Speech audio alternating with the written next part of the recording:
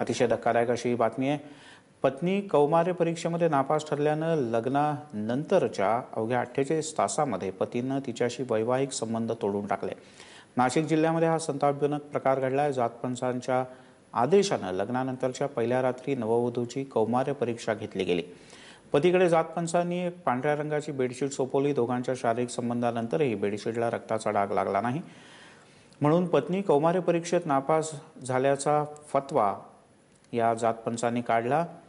22 मेला हा विवाह झाला होता। पुढे बहिष्काराच्या भीतीनं मुलीच्या पालकांनी घडल्या प्रकाराची कुठेही वाच्यता केली नाही।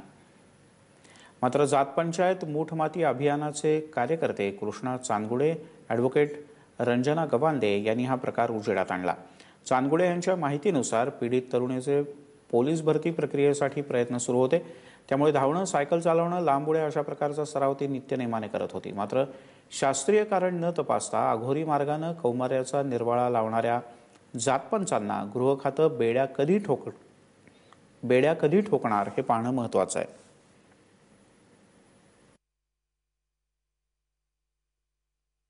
या घटनेमध्ये ही जी कौमार्याची परीक्षा घेतली गेली, आता आम्ही या ठिकाणी काही डॉक्टरांच्या मदतीने प्रबोधन करू इच्छितो आणि कौमार्याचा आणि चारित्र्याचा काही संबंध नाहीये हे आम्ही पटवून देऊ इच्छितो। मला असं वाटतं की ज्यांच्यावरती अन्याय झाला त्यांनी पुढे यावं, आपली हिंमत दाखवावी आणि ह्या जात पंचायत जर बंद करायची असेल, या अन्यायकारक रूढी परंपरा ज्या म्हटल्या जातात त्या अन्यायकारक आहे, अंधश्रद्धेवर आधारित आहे, तर ते आपल्याला बंद करायचे असेल तर तुम्ही सर्वांनी पुढे येणं गरजेचं आहे।